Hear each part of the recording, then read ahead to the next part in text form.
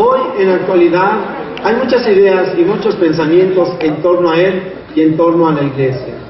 Bastaría simplemente con que abramos los periódicos y no faltará que podamos encontrar ahí o en algunas revistas de repente que nos digan si Jesús era un extraterrestre, o que si Jesús es un pensador más de los muchos filósofos que hay en el mundo.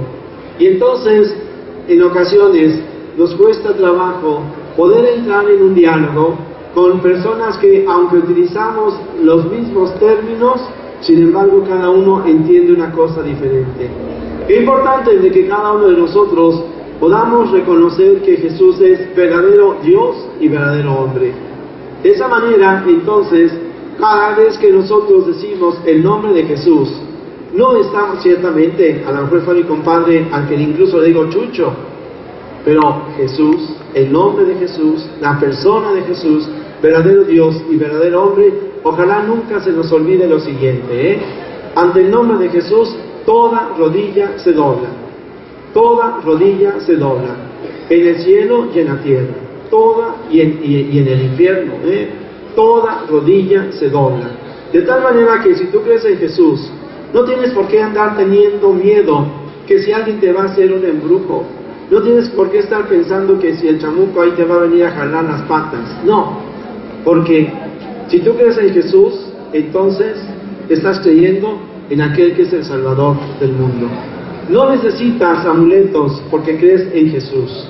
No necesitas cuestiones esotéricas porque crees en Jesús. No estás pensando que si los astros van a manejar tu vida porque crees en Jesús. No tienes que tener miedo porque crees en Jesús. Incluso nosotros podemos encontrar la confianza y la fortaleza en el nombre de Jesús cuando en el Salmo 23 escuchamos: yo puedo andar incluso por senderos oscuros, por cañadas profundas, que nada me va a pasar, porque tu vara y tu cayado van conmigo. Ten confianza, no tengas miedo si dejas que Jesús esté en tu corazón, porque no solamente entonces no es un ser mítico como los superhéroes de la televisión, no es el Hombre Araña, ni Batman, ni Superman, es Dios y es real. De esta manera, entonces, hoy que estamos meditando que es el Señor Jesús quien nos dice: ven y sígueme. Cuando cada uno de nosotros seguimos a Jesús, no es como seguir a un político, no es como seguir a un partido, estamos siguiendo al Hijo de Dios. Y de esa manera, entonces, cada uno de nosotros podemos ver cómo el Señor viene y cambia a las personas y cambia también las situaciones y los ambientes de su época. ¿Cómo era la época de Jesús? Pues por un lado, el pueblo de Israel oprimido por el pueblo romano, con todos los vicios que un imperio puede tener, que sojuzga, que empobrece, que maltrata, que asesina. Pero el mismo pueblo judío, entre ellos mismos, estaban divididos. De esa manera, entonces, ellos estaban los buenos y los malos, y estaban los fariseos y los saduceos y los doctores de la ley y el pueblo. Y dentro del pueblo, los que eran la clase ínfima, la escoria, los que no eran tomados en cuenta, y algunos de ellos, los niños hasta que cumplían 12 años de edad, y sobre todo las mujeres. Era un pueblo dividido que también excluía. Bueno, pues el Señor Jesús viene y cambia los corazones de ese pueblo, viene y cambia los valores de ese imperio. Esta es la importancia de Jesús. Tan importante es que efectivamente, ¿en qué año estamos? ¿En relación a qué? Al nacimiento de Jesús. ¿Sí? En relación al nacimiento de Jesús. Date cuenta de lo importante que es Jesús en la historia de la humanidad, que incluso la época, la era de la humanidad se data desde antes de Cristo y después de Cristo. Bueno, pues, ¿qué es? Hoy nosotros podemos encontrarnos también un mundo que recordemos que analizamos la historia y recordamos este texto de San Juan. Vino a los suyos y los suyos no lo recibieron. Pero aquellos que lo recibieron, Dios les concedió ser hijos de Dios. ¿Tú qué dirías en el mundo? Y nos damos cuenta, efectivamente, no todos lo recibieron. Apenas un pequeño grupo de hombres y de mujeres que comenzaron a experimentar el amor de Dios en sus vidas, que cambiaron su forma de pensar y de actuar, y que también fueron perseguidos, porque la palabra de Dios hecha carne no ha sido recibida, no fue recibida con los de su época.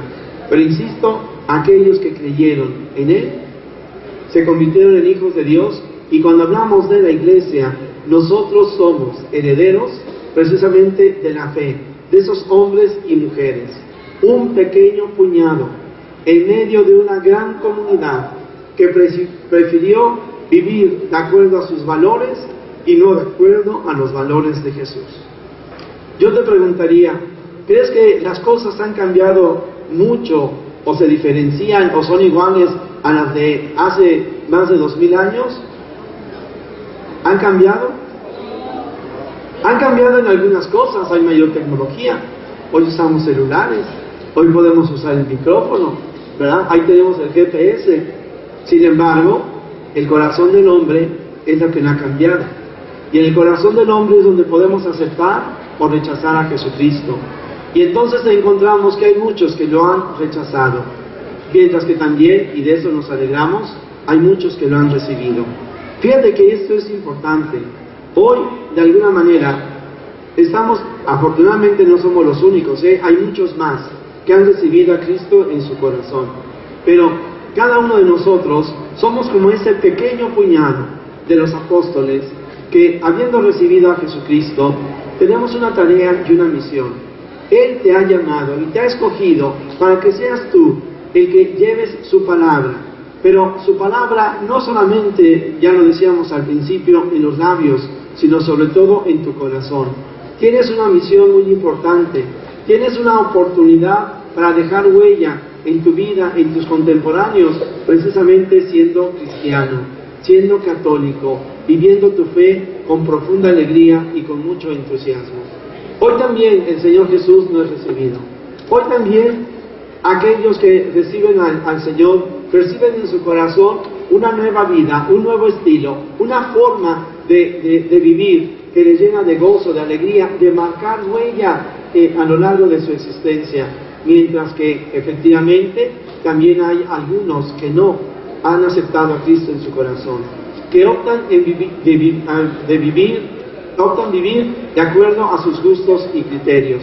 Les puedo poner algunos ejemplos. Aquí entramos en esta dimensión. El mandamiento de Dios es: ámense los unos a los otros. Y el que ama no roba, no mata, no miente. Por eso, querido amigo, querida amiga, cuando tú haces una opción por Cristo, estás haciendo una opción por ti mismo, estás haciendo una opción por tu proyecto de vida, estás haciendo una opción para desarrollar al máximo tu capacidad de elegir, pero de elegir de manera adecuada, para elegir en libertad, para tomar decisiones y entonces labrarte un futuro. Hace un momento yo les decía, ¿qué es lo que tú le vas a ofrecer al mundo? Y muchos decían, pues mi vida, con cariño y respeto siempre para todos. ¿Qué le puede ofrecer al futuro un niño, un adolescente que se alcoholiza?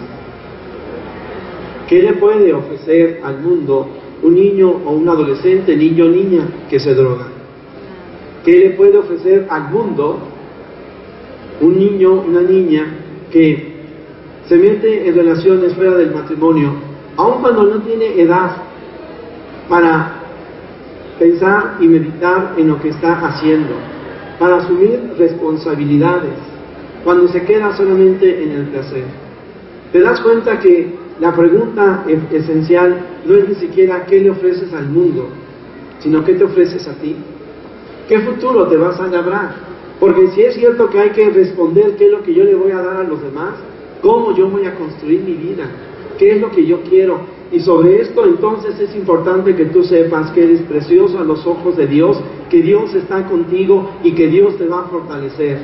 que no tienes por qué dejarte guiar por las maneras diversas de pensar, de ese pensar en el mundo, del mundo, sino que cuando tú has aceptado a Cristo en tu corazón, sabes que estás marcando tu estilo de vida de una manera diferente a la que muchos piensan.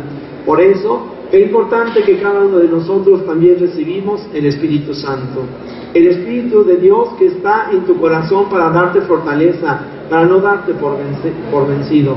Nadie dice que sea fácil, pero ciertamente imposible no es, y mucho menos cuando estás actuando con la gracia y con la gracia de Dios en tu corazón. Por eso, nosotros sabemos que a Jesús lo seguían mucho, pero no todos se quedaron con él. Llamó a muchos y fueron pocos los que respondieron. Hoy alégrate, porque yo te pregunto, si estás aquí, ¿es porque has dado una respuesta, un sí a Jesús? ¿Sí o no? Sí.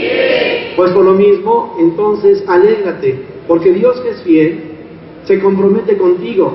Aquí la otra pregunta es, ¿tú te comprometes con Jesús? Sí. Pues a partir de esto, entonces, cada uno de nosotros podemos percibir, por ejemplo, ¿qué es lo que ocurrió con aquella mujer que se dedicaba a la prostitución? Se acerca a Jesús, le enjuga sus pies con sus lágrimas, y mientras que hay un hombre que se considera muy puro y dice, si este fuera profeta, sabría quién le está tocando y no dejaría que le tocara, el Señor Jesús le dirá a este hombre, ¿quién ama más? ¿Al que mucho se le perdona? ¿Tú qué dirías? ¿Al que mucho se le perdona o al que poco se le perdona? Porque a fin de cuentas, aquel hombre también tenía mucho que pedir perdón, pero en su soberbia era incapaz de reconocer su culpa. Pero esta mujer reconoce su culpa, y ¿cómo queda su vida? ¿La sanó Jesús? ¿Cambió su vida cuando se encuentra con el Señor? En el caso de Pedro, Pedro le va a decir, apártate de mí porque soy un pecador.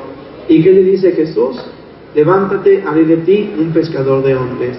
Si tú abres tu corazón al Señor Jesús, verdaderamente Él te va a cambiar. Él puede cambiar tu vida. Lo único que nosotros necesitamos es acercarnos a Él.